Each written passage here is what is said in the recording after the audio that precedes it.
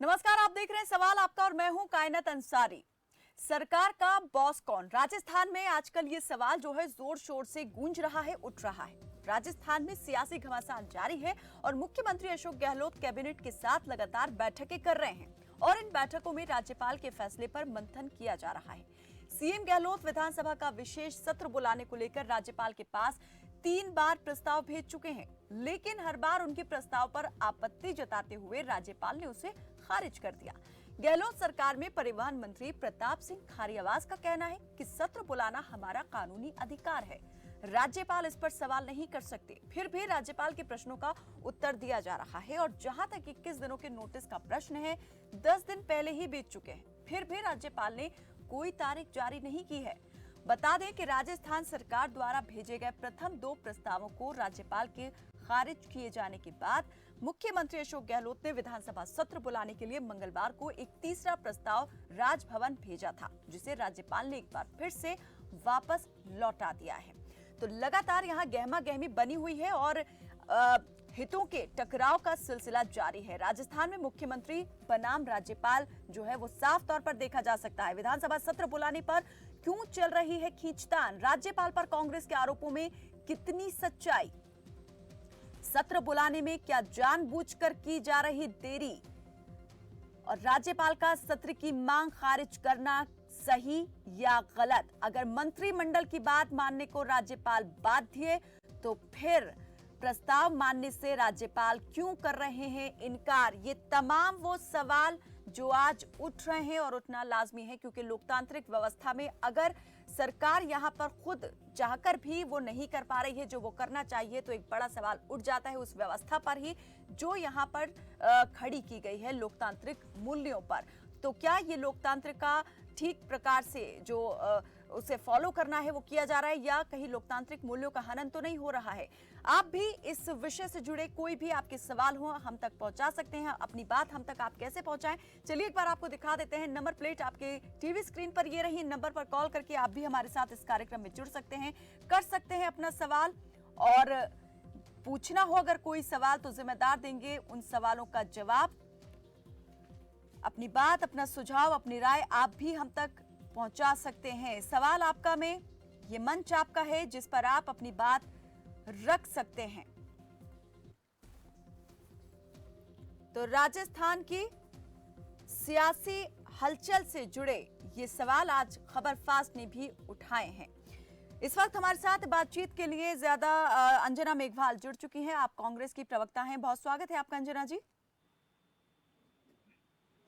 अंजना जी, ये सवाल लगातार बना हुआ है कि आखिर जो है सीएम गहलोत इतनी जल्दबाजी में विशेष सत्र क्यों बुलवाना चाहते हैं? राज्यपाल लगातार क्यों प्रस्तावों को वापस भेज रहे हैं, खारिज कर रहे हैं, और उनकी तरफ से जो आपत्तियां जताई जा रही हैं वो सही है या गलत है? सबसे पहले तो मैं माफी चाहूंगी कि ये जल्दबाजी नहीं है। आपकी जानकारी में एक अपना जो राज्य एक वैश्विक महामारी से गुजर रहा है, कुछ ऐसे फैसले होते हैं जो जनता के लिए या जो कोरोना जैसी बीमारी के लिए कैबिनेट में कई निर्णय लेने हैं, कई कदम उठाने हैं। ये जल्दबाजी नहीं है। आज ऐसे समय में उनको बार बार मतलब 3 बार वो पूर्व में और शायद आज चौथी बार कैबिनेट से मंजूरी लेके माननीय राज्यपाल महोदय से विधानसभा सत्र बुलाने की अनुमति मांग रहे हैं। तो इसमें कोई जल्दबाजी नहीं है। आज कई ऐसे इश्यूज है जो उनके इसके कारण रुक रहे हैं, और मुझे ये नहीं समझ आ रहा है कि आप कह रहे हैं जल्दबाजी में बुला रहे हैं। अंजना जी, हम नहीं, ये बात जो है बीजेपी और वो नेता कह रहे हैं जो इस वक्त विपक्ष में बैठे हुए हैं, उनको लगता है कि अगर आश्वस्त हैं सीएम गहलोत अपनी सरकार को लेकर, तो सत्र बुलाने की जल्दबाजी क्यों की जा रही है? भाई बीजेपी वाले आश्वस्त, हम हमारी सरकार के प्रति पूर्ण आश्वस्त हैं कि हमारी जो कांग्रेस की सरकार है वो 5 साल चलेगी, लेकिन इसमें सत्र बुलाना कई इश्यूज होते हैं। आश्वस्त है इसके, तो फिर अगर उन्हें माननीय राज्यपाल महोदय को अनुमति देने में क्या दिक्कत है? जब 3 बार पूर्व में माननीय मुख्यमंत्री जी उनके पास जाके आए हैं, तब डिमांड कर रहे हैं, और हमेशा ये होता कि कैबिनेट की मंजूरी के बाद नॉर्मली परमिशन मिल जाती है और विधानसभा सत्र बुलाया जाता है, और उसको बुलाने के बाद जो है जिम्मेदारी वो उनके अध्यक्ष की है। मतलब ये समझ नहीं आ रहा, मैं ये बीजेपी सरकार जो आरोप प्रत्यारोप कर रही है मैं उस पर नहीं जाना चाहती। मैं ये चाहती हूँ एक सकारात्मक सोच के साथ माननीय राज्यपाल महोदय जो एक संविधान के संरक्षण के रूप में नहीं यहाँ तो पर बैठे अगर हैं। राज्यपाल की जो भूमिका है, जो लगातार ये भी सवाल उठाए जा रहे हैं इस पर कि राज्यपाल किसी दबाव में काम कर रहे हैं, तो इस भूमिका को लेकर क्या कहेंगे आप कि राज्यपाल क्या अपने विवेक से काम नहीं कर रहे हैं? जो उनके क्षेत्र अधिकार में हैं चीजें, क्या उनको दरकिनार कर रहे हैं और किसी दूसरे ही जैसा कांग्रेस के जो वरिष्ठ नेता हैं आरोप लगा रहे हैं कि दबाव में है, क्या उसमें आके काम कर रहे हैं? आज वो एक संवैधानिक पद पे बैठे हैं, अगर क्यों आज इससे पूर्व चलिए तो उन अंजना पे जी, आरोप इसी नहीं बीच लगे, में बताना अभी चाहूंगी हमारे क्यों साथ आरोप लग ज्ञानदेव रहे हैं? आहूजा भी जुड़ चुके हैं, बीजेपी के प्रवक्ता हैं और प्रदेश उपाध्यक्ष भी हैं। ज्ञानदेव जी, बहुत स्वागत है आपका हमारे साथ इस कार्यक्रम में जुड़ने के लिए। जी अंजना जी। जी मैं कह रही हूँ कि ये पहले तो उन पे आरोप नहीं लगे, अभी क्यों माननीय हमारे राज्यपाल महोदय पर ये आरोप लग रहे हैं? और देश के आजाद होने के बाद शायद ऐसी स्थितियां बहुत कम उत्पन्न हुई है, कभी कभार उत्पन्न हुई है। जब आज ये उनको सोचना चाहिए कि संविधान की रक्षा के लिए, लोकतंत्र की रक्षा के लिए उन्हें कम से कम ये जो विधानसभा सत्र बुलाने की अनुमति प्रदान करनी चाहिए। और जो राजस्थान में जो सरकार है वो जनता की चुनी हुई सरकार है, ना कि कोई यूं जनता ने उनको 5 साल के लिए बहुमत दिया। उस मतलब साथ में एक जनता की भी अपेक्षा करना या उनकी भावनाओं से भी खेलना कि आज जहां भी जो जैसलमेर जिले की बात करूं, जहां शहरी जनता हो या ग्रामीण जनता हो, एक प्रश्न चिन्ह है कि भाई आज विधानसभा सत्र बुलाने में अनुमति देने में क्या दिक्कत है? मतलब ये आम नहीं तो जन की वही हम अपील है जानना कि चाह रहे हैं अंजना जी, अनुमति क्यों नहीं मिल रही है, क्यों नहीं दे रहे हैं? अब अनुमति क्यों नहीं मिल रही है ये तो माननीय या तो गवर्नर महोदय जाने कि आज वो ऐसी क्या मजबूरियां हैं, ऐसा क्या दबाव है जिसके कारण की जो नॉर्मल चीज है उसकी भी अनुमति नहीं मिल रही है। चलिए ज्ञानदेव आहूजा जी, आपसे आऊंगी इस पर बातचीत करने के लिए, लेकिन एक दर्शक इसी बीच हमारे साथ जुड़े हैं, पहले उनका भी सवाल ले लेते हैं। मंगत राम जुड़े हैं अंबाला से, बहुत स्वागत है आपका, पूछिए अपना सवाल। चलिए लगता है हमारा संपर्क टूट गया है। जी ज्ञानदेव जी। हाँ, ऐसा है कि पहले तो इन्होंने महामहिम राज्यपाल के संवैधानिक अधिकारों को चुनौती दी और समझदार होकर के और बहुत सात्विक स्वभाव के मानता हूँ गहलोत साहब, उन्होंने सिर्फ होटलों में नहीं रुकवाया विधायकों को। और इस समय कोरोना फैला हुआ राजस्थान में हत्या, लूट, बलात्कार के कितने केस हैं, कानून व्यवस्था बिगड़ी हुई है। विधायकों को अपने अपने क्षेत्र में, मंत्रियों को अपने अपने क्षेत्र में जाने की बजाय एक होटल में उनको रोके हुए हैं। अब आप बताइए, झगड़ा तो कांग्रेस में है ना, और कांग्रेस का एक ग्रुप सचिन पायलट, एक अशोक गहलोत साहब, ये कोई बीजेपी में गए नहीं। ये बीजेपी पे झूठे आरोप लगा करके जो अब तक हल्का बोल रहे हैं, गंदा बोल रहे हैं, बहुत अव्यवहारिक, असंवैधानिक बोल रहे हैं, पहले तो मैं उसके लिए इनको कंडेम करता हूँ। फिर महामहिम राज्यपाल महोदय के बारे में इन्होंने कहा, तो इन्होंने राज्यपाल से क्या व्यवहार किया, महामहिम से क्या व्यवहार किया? विधायकों को ले गए बसों में भर के और किसी के मुंह पर मास्क नहीं, कानून का उल्लंघन कर रहे हैं। और वहां जाकर के धरना दिया राज्यपाल महोदय के अंदर ग्राउंड पर, गार्डन में, और नारेबाजी की महामहिम के खिलाफ। ज्ञानदेव जी, अभी आपने कहा कि उनके जो अधिकार हैं उनको चैलेंज किया, एक तरीके से उन पर आघात किया, तो किस तरीके से चैलेंज किया? उनको चैलेंज किया और फिर गहलोत साहब का स्टेटमेंट मुझे बड़ा आश्चर्य हुआ। पहली बार मैं उनके साथ लगातार विधायक रहा हूँ। वो ज्ञानदेव जी, पहले मैं ये जानना चाह रही हूँ कि आप कैसे मतलब कह रहे हैं, किस बात को आप देख करके आपने ये कहा कि वो चैलेंज किया गया राज्यपाल के अधिकारों को? वही वो सी पे आ रहा हूँ, दो सेकंड में। उन्होंने, गहलोत साहब मुख्यमंत्री रहे, मैं पहले विधायक 98 में, फिर 2008 में। अब की बार वो अशोक गहलोत साहब का व्यवहार और उनका जो आचार है वो बिल्कुल नेगेटिव और नकारात्मक चल रहा है। और उन्होंने अंदर विधायक अपने राज्यपाल महोदय को सीधी चुनौती दी, अंदर ही नहीं दी, बाहर का, कि अगर राज्यपाल महोदय नहीं मानेंगे तो राजभवन को घेरा जाएगा, वहाँ प्रदर्शन किया जाएगा, सड़कों पर लोग आएंगे, हजारों लाखों करोड़ों लोग आएंगे। अरे करोड़ों लोग आएंगे तब कि जब आपको विधि विधान से विधानसभा चलानी हो। आप तो विधि विधान से विधानसभा चलाना नहीं चाहते, आप तो चुनौती दे करके महामहिम को और फिर आप उनसे आदेश लेना चाहते हैं विधान सत्र का। उन्होंने पहली बार लौटाया, दूसरी बार, तीसरी बार, इसलिए कि आप कारण तो बताइए ना। आप बताइए कि आप अविश्वास प्रस्ताव के बारे में चर्चा करें। ये कह रहे हैं कि हमारे साथ बहुमत है 102 का। 102 का बहुमत है तो फिर विधानसभा बुलाने की जरूरत कहाँ है? फिर तो आप अपनी सरकार चलाइए। क्यों होटलों में छुप के बैठे हैं? क्यों छुप के बैठे हैं, मंच में घुस के बैठे हैं? चलिए अंजना जी, इस पर मैं आपका पक्ष लूंगी। एक दर्शक इसी बीच हमारे साथ जुड़े हैं, अब्दुल जुड़े हैं रोहतक से। बहुत स्वागत है आपका अब्दुल, पूछिए अपना सवाल। हाँ जी, नमस्कार जी। जी नमस्ते। मैं ये बीजेपी के प्रवक्ता से पूछना चाहता हूँ कि ये जो है ना जी, जब तक है ना ये राज्यपाल जी महोदय साहब है ना, ये वो नहीं बुलाएंगे जब तक ये खरीद फरोख्त करके इनके एमएलए ना तोड़ दें। इन्होंने हर जगह यही किया है जी, कर्नाटक में और कहीं जहाँ भी देखो, मणिपुर में कई जगह किया है जी इन्होंने ऐसा काम।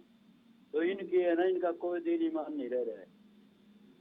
चलिए, बहुत शुक्रिया अब्दुल हमारे साथ कार्यक्रम में जुड़ने के लिए।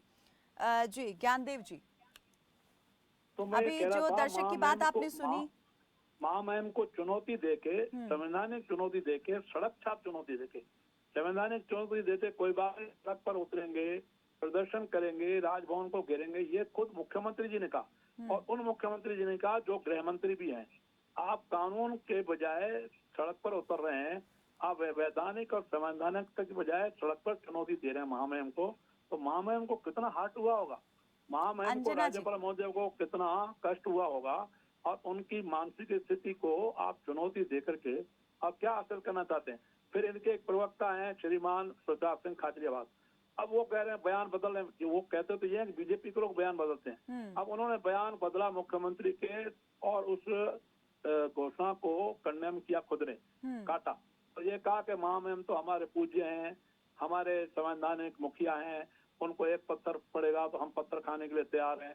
अब ये कोई भाषा है क्या? ये कभी मुख्यमंत्री और गृह मंत्री चुनौती दें सड़क पे आने की, राजभवन घेराव की, महामहिम के घेराव की, और एक मंत्री कह रहे हैं वो हमारे मुखिया हैं। अरे बार बार स्टेटमेंट आप लोग बदल रहे हो, कांग्रेस के लोग, बीजेपी नहीं बदल रही। बीजेपी का कोई लेना देना नहीं है आपसे। कांग्रेस में फूट पड़ी, एक तरफ सचिन पायलट लेकर के होटल में वहाँ बैठे हुए विधायकों को, एक तरफ आप होटल में लेके बैठे हुए हैं, और बहुमत तो कांग्रेस का था ही नहीं। लेकिन सचिन पायलट कहाँ बैठे हैं, किस होटल में बैठे हुए, किस राज्य सरकार के, ये भी आप समझ रहे होंगे ना अंजना जी। अंजना जी, अभी आपने पूरी बात सुनी ज्ञानदेव जी की। उन्होंने साफ तौर पर पल्ला झाड़ा और ये कहा कि कांग्रेस खुद इस तरह का माहौल जो है बना रही है। यहाँ राज्यपाल तो अपनी जो काम उन्हें करना चाहिए उस तरह से कर रहे हैं, लेकिन कांग्रेस ही संवैधानिक संस्थाओं का, उन पदों का आदर सम्मान नहीं कर रही है। कांग्रेस का इतिहास रहा है कि उसने हमेशा संवैधानिक पदों का मान सम्मान किया है, कभी उन पदों का मिसयूज नहीं किया है, चाहे वो न्यायपालिका की हो या अन्य तीनों की हो, कार्यपालिका की हो। उसने हमेशा अपना इतिहास रहा है जब उसने 60 साल राज किया है। और आज जनता की चुनी हुई सरकार को सिर्फ एक जो विधानसभा बुलाने की अनुमति न देना अपने आप में एक प्रश्न चिन्ह खड़ा करता है कि आज अपन उस मुद्दे पर न जाके, मतलब मैं तो आपके न्यूज चैनल के माध्यम से अपील करना चाहूंगी कि जो ये बीजेपी सरकार एक खरीद फरोख्त का माहौल बना चुकी है, और इनको येन केन प्रकारेण हर जगह एक के बाद एक, जैसे पहले कोई प्रजातंत्र में होता था ना, एक के बाद एक पे फतह करना, वैसे वो येन केन, चाहे उसको साम दाम दंड भेद जो भी धन के आधार पर, और कैसे सत्ता में आए। कर्नाटक में उन्होंने, उनका इतिहास बोल रहा है, कर्नाटक में उन्होंने यही था किया। हाल ही में जब वैश्विक महामारी से हम लड़ रहे थे, उस समय उन्होंने मध्य प्रदेश में भी यही किया। तब कहाँ गए जब वो शपथ ग्रहण करवा रहे थे, सरकारें तोड़ रहे थे, खरीद फरोख्त कर रहे थे, उस समय क्या हुआ था? फिर ध्यान नहीं आया कि ये चीज क्या हो रही है। और आज उसी से आगे कदम हौसले उनके बुलंद हो गए हैं 2 बार ऐसी चीजें करने के बाद, और 30-8 वो राजस्थान को भी इसी मंशा से कर रहे हैं। मैं कह रही हूँ, अगर सामान्य सत्र बुलाने में क्या अड़चन है? हमें बड़े दुख की बात है कि इतिहास में या जो आजादी हमें कई लोगों के बलिदान के बाद, संघर्ष के बाद, शहीद शहादत के बाद मिली है। नहीं अंजना जी, मैं ये जानना चाह रही हूँ, कांग्रेस के नेता जो राज्यपाल को लेकर के भी सवाल उठा रहे हैं, उनकी भूमिका पर सवाल, प्रश्न चिन्ह लगा रहे हैं, वो क्यों लग रहा है? वो वो किस रीजन को देख रहे हैं? अगर उनको इस तरीके से वो कटघरे में लाकर खड़ा कर रहे हैं सवालों के, क्या वो ये कहना चाह रहे हैं कि राज्यपाल किसी और के विवेक से काम कर रहे हैं, किसी और के कहने पर काम कर रहे हैं? मैं आज माननीय जो राज्यपाल महोदय हैं वो संवैधानिक पद पे हैं। मैं शायद उनके लिए कुछ कहने के लिए मैं नहीं, लिमिटेशन होनी चाहिए, वो संवैधानिक पद पे है। लेकिन मैं इतना ही कहना चाहूंगी, मैं आपके न्यूज चैनल के माध्यम से माननीय राज्यपाल महोदय से अपील करती हूँ कि जो आज जो कांग्रेस की सरकार, चुनी हुई सरकार, जनता की सरकार, जिस लोकतांत्रिक या संवैधानिक पद पर आप बैठे हैं उसको बचाना या उसके लिए जो भी उसके अधिकारों को संरक्षण करना भी आपका दायित्व बनता है। और उसी के तहत जो सरकार मांग कर रही है, चुनी हुई जनता की सरकार, जनता भी आज आपकी ओर देख रही है और कह रही है कि दबाव में आज जहाँ भी जाते हैं। अंजना जी, वही जो दबाव की बार बार आप बात कर रहे हैं, ये दबाव किसका है, वही मैं जानना चाह रही हूँ। चलिए आएंगे इसकी तरफ, आपसे बात करेंगे। नफे सिंह इस वक्त हमारे साथ जुड़े हैं, एक दर्शक भिवानी से। बहुत स्वागत है आपका नफे जी, पूछिए अपना सवाल। हेलो जी हेलो जी। जी नफे सिंह जी, हम सुन पा रहे हैं आपको, पूछिए अपना सवाल। हाँ, एक डॉक्टर आया था आँखा सफेद जी, तो उसके लिए कराया था जी फोन। माफ कीजिएगा, जरा दोबारा से दोहराएं, क्या जानना चाह रहे हैं? आँखों के बारे में। नफे जी, हम समझ नहीं पा रहे आप क्या पूछना चाह रहे हैं। चलिए, बहुत बहुत शुक्रिया हमारे साथ कार्यक्रम में जुड़ने के लिए। जी अंजना जी, जो बार बार आप कह रहे हैं कि दबाव है, किसी तरह का दबाव है, किसका दबाव है, क्यों दबाव है? अब उसका तो मैं नहीं कह सकती कि क्या दबाव है। आज ऐसी संवैधानिक पद पे बैठे हुए व्यक्ति के लिए मैं ज्यादा कुछ नहीं कह सकती हूँ कि क्या ऐसा दबाव है। जहाँ जनता की चुनी हुई है, कोई आरोप प्रत्यारोप लगाने की राय और भी नहीं होती, कुछ आरोप प्रत्यारोप कर सकूँ। लेकिन मैं नहीं, अगर दबाव में काम कर रहे हैं तो इस दबाव से फायदा किसको हो सकता है? अंजना जी, ये दबाव कौन बना रहा है, उसे क्या फायदा हो सकता है? सीधे तौर पर ये तो समझा ही जा सकता है। अंजना जी क्लियर नहीं है अपने आप में, और वो किसका दबाव है ये उनको समझ में नहीं आ रहा, ये उनको समझ नहीं आ रहा। हमारे अंजना बहन जी का आदर है, ये विद्वान है, जिला प्रमुख रह चुकी हैं, इनका आदर है, लेकिन ये समझ नहीं पा रहे किसका दबाव और कैसा दबाव समझ नहीं पा रही है, खुलकर बोलना नहीं चाह रही है। आज राज्यपाल महोदय, जो माननीय राज्यपाल महोदय है, आज मैं उनके बारे में किसी को संवैधानिक पद पे बैठे हैं। दबाव किसका है ये हर व्यक्ति जानता है, बीजेपी जानती है, कांग्रेस जानती है, राजस्थान सरकार जानती है, और आम जन, भारत का आम जन जानता है कि राज्यपाल महोदय का किसका दबाव है। लेकिन आज जो संवैधानिक पद पे बैठे हैं उनके लिए मुझे कहने के लिए, क्योंकि आज हमें उनकी मान मर्यादा या उन चीजों का ध्यान रखना चाहिए, उसके तहत मैं बात नहीं कर रही हूँ। और क्योंकि सिर्फ आज की मैं वाहवाही के लिए कुछ भी कहूँ तो वो न्यूज चैनल के माध्यम से गलत है। आज हम उनका आज भी मान सम्मान करते हैं इस बात के लिए। मैं उनसे, हम चाहते हैं कि वो भी जनता की चुनी हुई सरकार का और ज्ञानदेव जी संविधान के लिए उनका ध्यान रखे और उसके संविधान को ध्यान में रखते हुए निर्णय लें। और जो कैबिनेट मंत्री की चौथी बार उनके पास विधानसभा सत्र बुलाने के लिए प्रस्ताव गया है, उसको मंजूरी दे और जो राजस्थान की जनता की हितों का संरक्षण करे, संविधान का संरक्षण करे। और जो लोग ज्ञानदेव जी, जो राज्यपाल यहाँ पर जिस तरीके से काम कर रहे हैं, भले ही अंजना जी खुलकर नहीं कह पा रही हूँ, लेकिन कहीं ना कहीं अगर देरी होती है सत्र बुलाने में तो खतरा यहाँ पर जो सरकार पर है, गहलोत सरकार पर, वो और ज्यादा बढ़ जाता है, और या कह सकते हैं कि बरकरार रहता है। विधायकों के टूटने फूटने या फिर इधर उधर जाने का भी डर उनको बना हुआ है। यही वजह है कि वो बुलाना चाहते हैं सत्र, लेकिन सत्र बुलाने में अगर देरी हुई तो सीधे तौर पर फायदा यहाँ तो कह सकते हैं कि बीजेपी का हो सकता है। ऐसा बीजेपी का इसमें न फायदा हो है न नुकसान है। बीजेपी तो देख रही है कि इनके इखलाक को, इनके चरित्र को, इनके कैरेक्टर को, इनके व्यवहार को आपस में फूट पड़ी है। पहले तो कांग्रेस का बहुमत ही नहीं आया, 99 सीटें आई थी चुनाव में, इधर की ईंट उधर का रोड़ा, भानुमति ने कुनबा जोड़ा। कहीं निर्दलीय मिला है, कहीं बसपा के लोग मिला है, बसपा की हमारे माननीय मायावती जी इनको चुनौती दे रही हैं और हाई कोर्ट में, सुप्रीम कोर्ट में इन्होंने रिट लगाई, तो वहाँ ये आपके फेल हो गए। बीजेपी विधायक की ओर से ही पहले दी गई। सुनिए, इसलिए राज्यपाल महोदय पे कोई दबाव नहीं है। इनके व्यवहार और चरित्र के कारण राज्यपाल महोदय दुखी हुए होंगे। राज्यपाल के बारे में मैं कोई प्रवक्ता नहीं हूँ, महामहिम के बारे में कोई मैं प्रवक्ता नहीं हूँ, वो दुखी हुए होंगे। इनके आचार विचार व्यवहार और इनके नग्न स्वरूप के कारण का सड़क पे चुनौती देंगे, राज्यपाल महोदय को अंदर चुनौती देंगे और पूरे देश के राजभवनों को घेरेंगे। सारे हारे हुए कांग्रेस के नेता राजस्थान में इकट्ठे हो गए हैं जो इनके प्रवक्ता हैं। इनके जो प्रवक्ता हैं, मैं नाम नहीं लेना चाहता, व्यक्तिगत टिप्पणी नहीं कर रहा, पर ये अपनी अपनी जगह हारे हुए लोग हैं। इनको अशोक गहलोत का साहब को सपोर्ट करना था तो विधि विधान से करते, संवैधानिक करते, विधान के हिसाब से करते।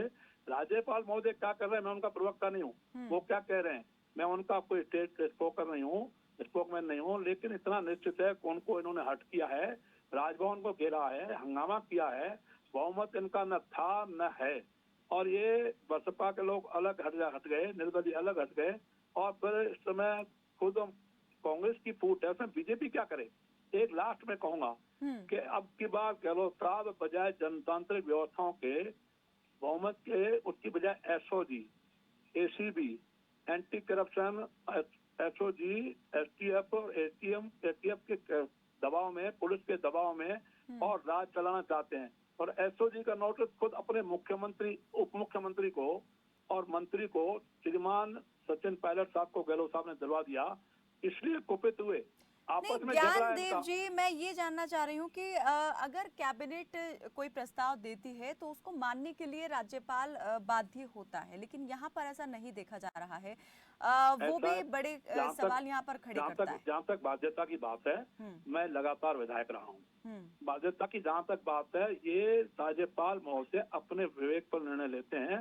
कैबिनेट के द्वारा उनके पास प्रस्ताव गया है, उन्होंने कारण तो पूछा है कि आप क्यों बुलाना चाहते हैं और शॉर्ट नोटिस पर क्यों बुलाना चाहते हैं, आप किस कारण से बुलाना चाहते हैं। या तो आप कहिए कि वहाँ बहुमत सिद्ध करना है, बहुमत आपके साथ है तो वहाँ सिद्ध करने की जरूरत नहीं है।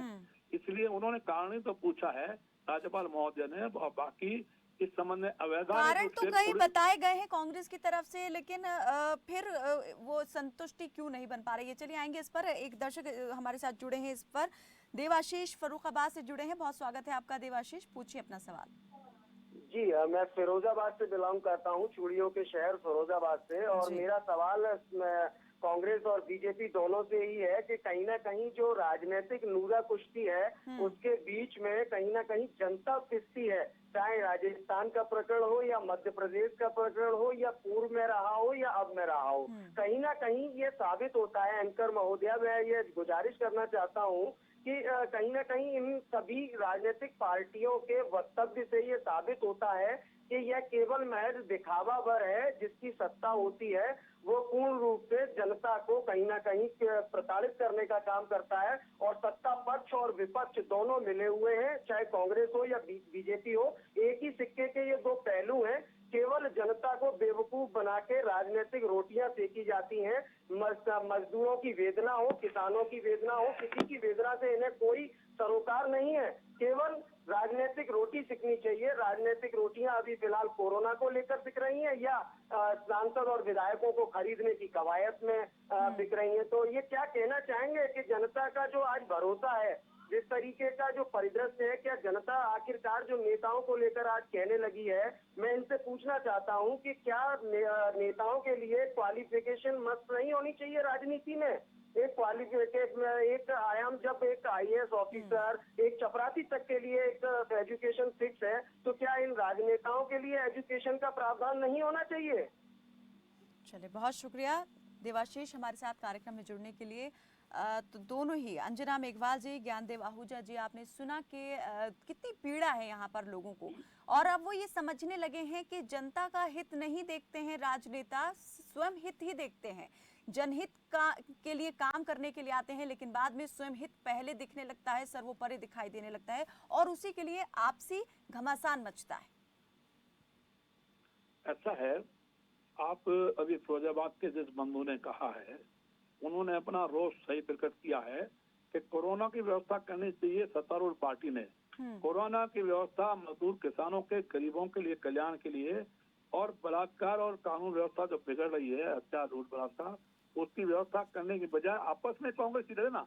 इसमें बीजेपी वालों से आप क्या कहना चाहेंगे, विपक्ष से आप क्या कहना चाहेंगे? हम लोग बीजेपी वाले थोड़ी लड़े हैं, ये आपस में लड़े हैं। नहीं, अब तो ज्यादातर ज्ञानदेव जी यही दिखाई देता है कि सब सिर्फ आंकड़ों को जुटाने में ही ज्यादा फोकस रहते हैं और उसी पर ध्यान रहता है। जनहित या जन विकास को लेकर के उतना ज्यादा ध्यान शायद नहीं दिया जाता है जितना इस बात पर जोर रहता है कि किसका पलड़ा कितना भारी हो जाए। अंजना जी, जिन जनप्रतिनिधियों को जनता के बीच में होना चाहिए था, आज भी वो लंबे वक्त से जो है होटल्स में आराम फरमा रहे हैं। जनता यहाँ पर त्राहिमाम कर रही है, लेकिन जनप्रतिनिधियों को उनकी सुध तक नहीं है। कब तक ये सब चलेगा? कैसे यहाँ पर जो एक चुनी हुई सरकार जिसे उम्मीदों के साथ जनता ने भेजा था वो वापस लौटेगी मोर्चे पर? कब ये डर खत्म होगा सरकार के अंदर से गिर जाने का? नहीं, ये कहना कि भी जनता की सुध नहीं है, तो ये मैं गलत मानूंगी कि आज कोरोना में जो काम अगर आप फोन पे वगैरह कई चीजें आप अधिकारियों से संपर्क रख के जनता की सुध ले रहे हैं, और हम जनप्रतिनिधि की बात कर रहे हैं तो यहाँ जो भी विकास है उससे जनप्रतिनिधि डायरेक्ट जुड़े हुए हैं, क्योंकि कोरोना में किसी भी फील्ड में जाने की ज्यादा लोग करते हैं, उन्होंने कुछ चीजें मना की हुई है। तो ये आरोप लगाना कि जनप्रतिनिधियों को जनता की सुध नहीं है, इसका तो मैं खंडन करती हूँ। और उसके बाद जो वर्तमान में जो परिस्थितियां उत्पन्न हुई है उसके जो जिम्मेदार है कि जहाँ मैं पहले भी मैंने शुरुआत यही की थी, जहाँ अपन वैश्विक महामारी कोरोना से लड़ रहे हैं, वहाँ इस तरह की परिस्थितियां उत्पन्न करने में कौन जिम्मेदार है? जब तो ये, और अगर आप कह रहे हैं जब वो सत्र बुला ले, सत्र माननीय राज्यपाल महोदय तो एक सत्र बुला ले, जो भी हो उसके बाद। चलिए, बड़ा सवाल यही है कि राज्यपाल महोदय सत्र बुला ले, बुला क्यों नहीं रहे हैं, ये अभी भी बना ही हुआ है। बहुत बहुत शुक्रिया जी। ये कोई बीजेपी या कांग्रेस का सवाल नहीं, ये आम जनता का सवाल बन चुका है कि क्यों नहीं बुला रहे हैं, अनुमति क्यों नहीं दे रहे। ये आम जन सवाल कर रहा है, इस पे चिंतन मंथन करना चाहिए कि आज आम जन की ये करना चाहिए कि उनको अनुमति देनी चाहिए, जबकि संविधान के तहत मांग रहे हैं। चलिए, बिल्कुल, बहुत बहुत शुक्रिया आप दोनों ही मेहमानों का हमारे साथ इस कार्यक्रम में जुड़ने के लिए। तो राजस्थान में लगातार जो सत्ता संघर्ष है वो और भी ज्यादा जटिल होता जा रहा है, गुत्थी दिन प्रतिदिन और उलझती जा रही है। कभी यहाँ पर अपनी ही लोगों के साथ में, सियासी खेमे से जुड़े हुए नेताओं के साथ में जूझना पड़ रहा है सरकार को, तो कभी यहाँ पर संवैधानिक पद पर बैठे हुए राज्यपाल के फैसले उसे परेशान कर रहे हैं। अब यहाँ पर सवाल ये उठ गया है कि क्या जनता की चुनी हुई सरकार का फैसला सर्वोपरि होना चाहिए, या जो वैधानिक व्यवस्थाओं के तहत अपने पद पर आसीन है उनके फैसले को सर्वोपरि रखना चाहिए। और अगर चुनी हुई सरकार यहाँ पर कोई अपने जो भी डर है या फिर कोई दूसरे तकाजे हैं उनके लिए सत्र बुलाना चाह रही है, तो उसे पूरा करने में क्या हर्ज है और ये सत्र क्यों बुलाने में देरी की जा रही है? सवाल यहाँ पर अभी भी बना हुआ है। जवाब आप भी ढूंढिए, हम भी ढूंढने का प्रयास करेंगे। फिलहाल के लिए मेरे साथ बस इतना ही। आप देखते रहिए खबर फास्ट। नमस्कार।